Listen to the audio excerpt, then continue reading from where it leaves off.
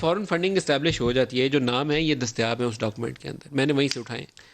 ندیم علی صاحب، میں بھی سوالوں کو اسی طرح جواب دے دوں. ایک تو آپ نے جیسے فرمایا کہ جی آئی ٹی کے بیسس پہ شہباز شریف کے کیس میں کوئی جی آئی ٹی کا ذکر نہیں ہے میرے پاس. یہ شہباز شریف والے کیس کے نہیں، یہ $820 ملین جو ابھی آپ نے حوالہ دیا براڈ شیٹ کا. تو شہباز شریف نے $7.35 ملین دیے نیب کو اور نیب سے واپس لے. اس میں تو کوئی کلیئرٹی، یہ مجھے آپ بتا سکتے ہیں پاکستان میں کون سا قانون ہے جس میں سیاستدان نیشنل اکاؤنٹیبلٹی بیورو کو جس کا ادارہ یہ ریکوری کرنا. افتخار چودھری نے کس بنیاد پہ وہ فیصلہ کیا؟ یہ تو پھر آپ جسٹس افتخار چودھری صاحب کو بلا کے پھر سر آپ پوچھیں نا. نہیں سر، میں تو جسٹس فارمر سے کیسے پوچھ سکتا ہوں؟ ان سے میں پوچھوں آپ نے ججمنٹ کیوں دی؟ میں ان سے نہ پوچھوں انہوں نے چوری کر کے واپس کیسے پیسے لے لیا، پھر ریٹ کیسے ہو گئے؟ سپریم کورٹ سے فیصلہ کیسے لے لیا انہوں نے؟ سر مجھے یہ کیا جسٹس قیوم آپ بھول گئے، سیف الرحمان آپ بھول گئے، سب بھول گئے. یہ تو پھر افتخار چودھری سے بھی ایسی فیصلہ لیا جیسے جسٹس کیوم سے لیا تھا. سر میری بات سنیں، جسٹس کیوم سے تو کیا تھا جو آپ کو پتہ ہے. نثار سے فیصلہ لیا صادق امین، صادق اس سے بھی ایسی کرتے تھے. نہیں دیکھیے نا باتیں، ثاقب نثار صاحب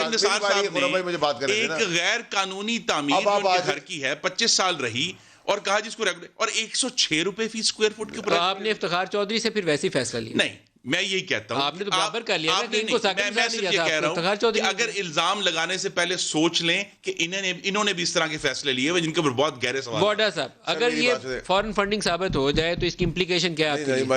میرا سوال سر سن لیں. میرا سوال یہ ہے کہ میں آپ کے توسط سے قوم سے مخاطب ہوں. قوم کو میں بتا رہا ہوں کہ یو کے کا جج، میں نہیں اور آپ نہیں، یو کے کا جج یہ کہہ رہا ہے کہ $7.3 ملین یعنی کہ 104 ارب روپے شہباز شریف نے شادی کے بینڈ باجے بجانے کے لیے نیب کو دیے تھے، اور نیب کو دینے کے بعد آپ نے کنوینشن کر لی کہ آپ نے جرم کیا، اور اس کے بعد پھر لے لیے اور پھر الیکٹ ہوتے رہے. سر یہ تو میں دیکھیں میری بات سنیں، میں چوری کی بات کر رہا ہوں، آپ کہہ آرڈر کیوں لیا؟ آرڈر برا ہے یا چوری بری ہے؟ مشرف نے ملٹری ٹیک اوور کے بعد جو جائیدادیں ان کی لی تھی وہ غلط ہے.